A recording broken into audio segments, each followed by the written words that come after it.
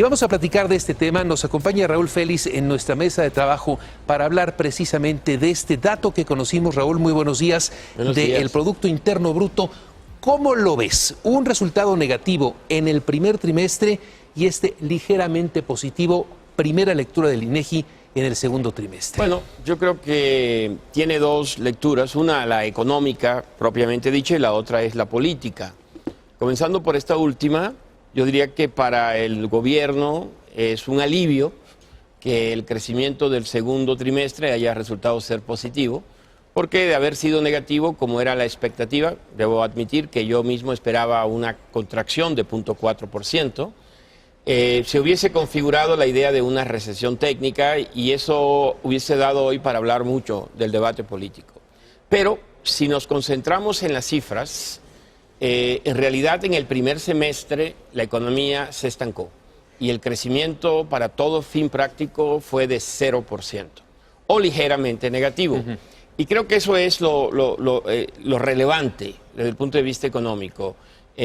Porque el cuarto trimestre del año pasado tampoco hubo crecimiento económico, entonces quiere decir que se acumulan 9 meses en que la economía vive esta atonía en la que no hay una recesión propiamente dicha, porque hay todavía algunos rubros del gasto que tienen crecimiento reducido pero positivo, como el consumo. Sí. El sector servicio trae también una desaceleración importante, pero con crecimiento. Entonces no estamos en recesión, pero sí estamos en una atonía del crecimiento que no se explica por factores externos, sino por factores internos. Hay componentes como, por ejemplo, el sector industrial, que claramente está en una recesión y no si lo ponemos en términos políticos durante este sexenio, sino que viene de tiempo atrás con resultados negativos, sí, ¿no? Yo creo que en esta desaceleración del crecimiento económico influyen factores múltiples. El caso del sector manufacturero, que está impulsado por la industria de exportación, en gran parte, se lo podemos atribuir principalmente a factores externos, porque la desaceleración de manufactura no es una característica de México, sino de todo el mundo.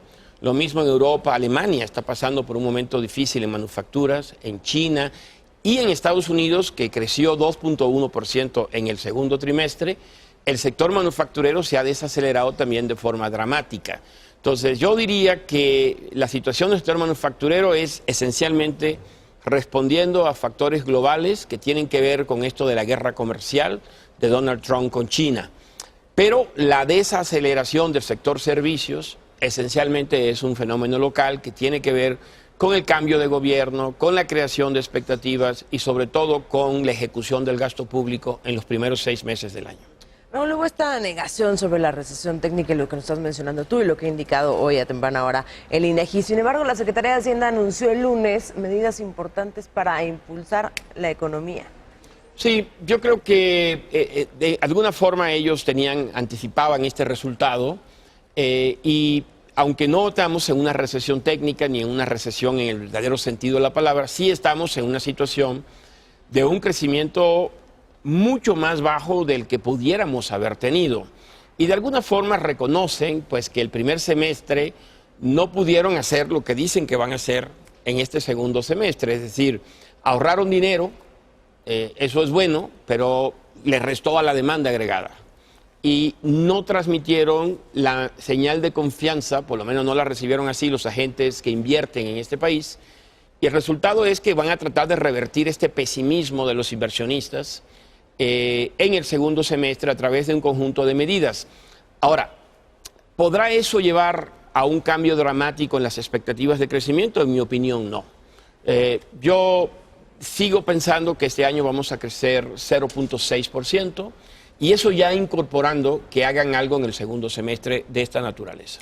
¿Hay el riesgo de que se vean atraídos a llevar un plan contracíclico que implique más gasto público, más endeudamiento, con tal de que la economía pintara de otra manera? Mira, no lo creo. Si ves el comunicado a que hiciste referencia el lunes, dicen que no habrá implicaciones presupuestales de estas medidas de apoyo. Lo que quiere decir que realmente gasto adicional no se va a poner sobre la mesa. lo que podrían estar haciendo es que el dinero que no se gastó en el primer semestre se traslade al segundo semestre y eso ayude un poco a la demanda. De donde podría venir la ayuda en el segundo semestre es del Banco de México, porque hoy precisamente hay reunión del Banco Central Norteamericano, la Reserva Federal, y seguramente hoy va a decretar una baja de tasa de interés. Una primera baja en el año, Una primera ¿no? baja. Probablemente van a ser 3 este mismo año. Vamos a terminar con 75 básicos menos. Y esto no solamente es el Banco Central Norteamericano, ya varios bancos de países emergentes ya han bajado sus tasas.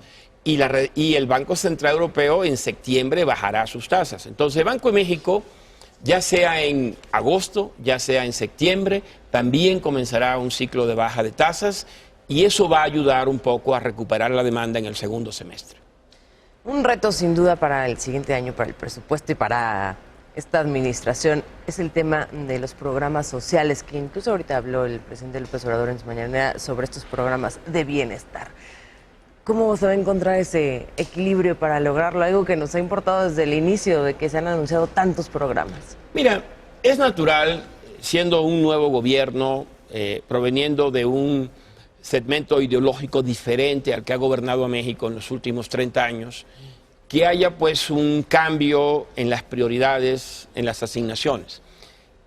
Parece, no tenemos la suficiente información para documentarlo, pero parece que este cambio tuvo problemas de ejecución en los primeros 6 meses del año y que en parte explica la desaceleración, porque se cortaron muchos programas, tal vez no los más eficientes, quizás sí, y no se echaron a andar con la misma eficiencia los nuevos programas. Entonces, de entrada yo pienso que el ajuste le ha implicado a la economía un freno por el lado de la demanda en los primeros 6 meses del año. Si en esta segunda parte del año esto se compensa y se corrige, pues la economía podrá tener cierta recuperación, porque es muy importante decir que para poder crecer a donde está el consenso anda alrededor de 0.9 o crecer alrededor del 0.6 que tenemos nosotros, la economía tiene que acelerar el paso en el segundo semestre, porque si el paso del segundo semestre fuera similar al del primer semestre, estaríamos con crecimientos muy cerca del 0%. Vamos a tener mucho ruido en estas horas siguientes después del dato del INEGI, mucho ruido político de Correcto. si estaban equivocados, si estamos rumbo a una recesión. ¿Cómo debemos entender la situación económica actual todos, independientemente de los posicionamientos políticos? Sí, yo creo que hay que no hacerle mucho caso a ese ruido, porque esencialmente es un debate sobre una cuestión técnica. El crecimiento con cifras originales refleja una caída del 0.7%. Si eso es crecimiento de 0.1 o de menos 0.2, es un tema más de técnica estadística. ¿De contra qué comparas? Exacto, de técnica estadística que de realidad económica. La realidad es que la economía se desaceleró de una forma tal vez inesperada, que no solamente actuaron factores externos, sino factores internos, y que bueno, de alguna forma el nuevo gobierno fue electo porque la población manifestó un desencanto con el bajo crecimiento económico que el país ha mostrado, y lo importante hacia adelante es ver si realmente México podrá superar ese crecimiento hoy mediocre de 2.2% histórico y ir hacia crecimientos, como ha dicho el presidente, del 4%, o el 2% ahora será una meta optimista.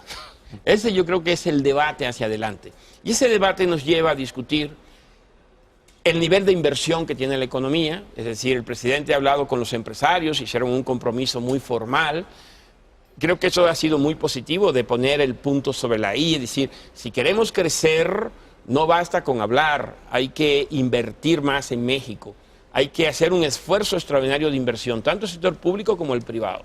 Eso yo creo que es lo importante. Se están haciendo las cosas que nos van a conducir a captar mayor inversión pública y privada para que la economía realmente acelere el crecimiento y pueda resolver problemas estructurales de pobreza y desigualdad.